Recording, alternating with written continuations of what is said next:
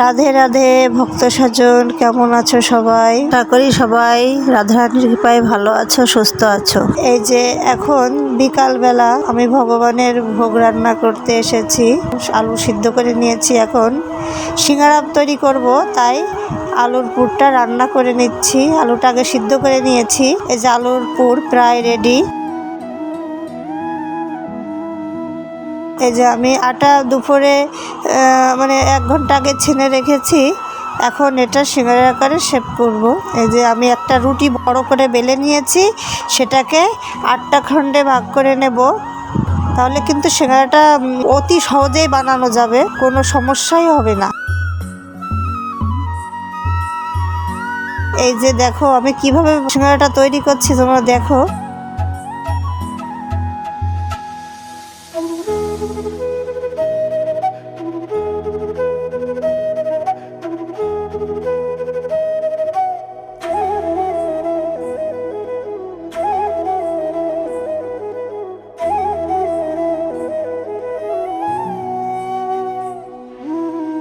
এই যে দেখো আমি এইভাবেই কিন্তু এক এক করে সবকটা সিঙ্গারা বানিয়ে নিয়েছি। এইভাবে যদি সিঙ্গারা তৈরি করা যায় তা কিন্তু অতি সহজেই সিঙ্গারাগুলো তৈরি কোনো সমস্যাই হবে না।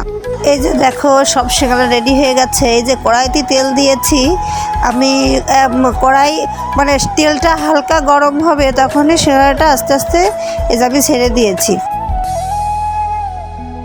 এখন লাল লাল করে ভেজে নেব। সিঙ্গারা কিন্তু প্রায় হয়ে গেছে।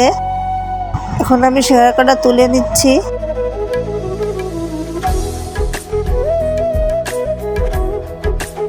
সিঙ্গারা ভাজা হয়ে গেছে। এখন কিন্তু আমি ওই তেলেই ফুচকাগুলো ভেজে নেব, যেহেতু রাতে ফুচকাও দেব। তাই এই যে দেখো আমার কিন্তু সব রান্না কমপ্লিট, মানে ভোগ রেডি হয়ে গেছে। এই যে দেখো সব কিছু আমি রেডি করে রেখে দিয়েছি। এই যে সব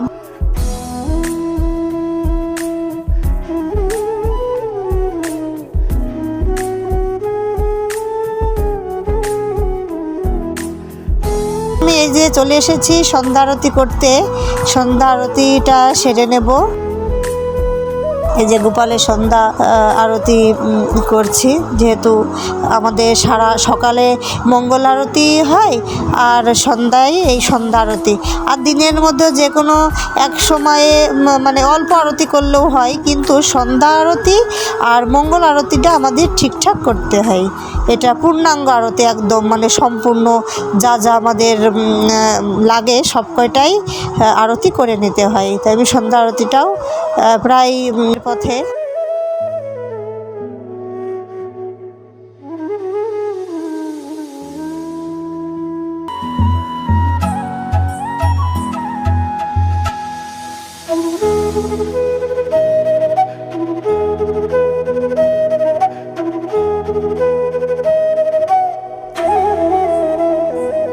আরতির পরে এই যে আমার ভোগ লাগানো হয়ে গেছে। এখন প্রসাদ দর্শন করো।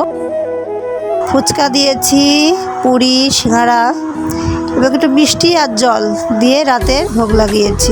প্রসাদ দর্শন করো। আজকে ভিডিওটি এ পর্যন্ত। সবাই ভালো থেকো, সুস্থ থেকো এবং ভক্তি জীবনে যুক্ত থেকো। হরে কৃষ্ণ।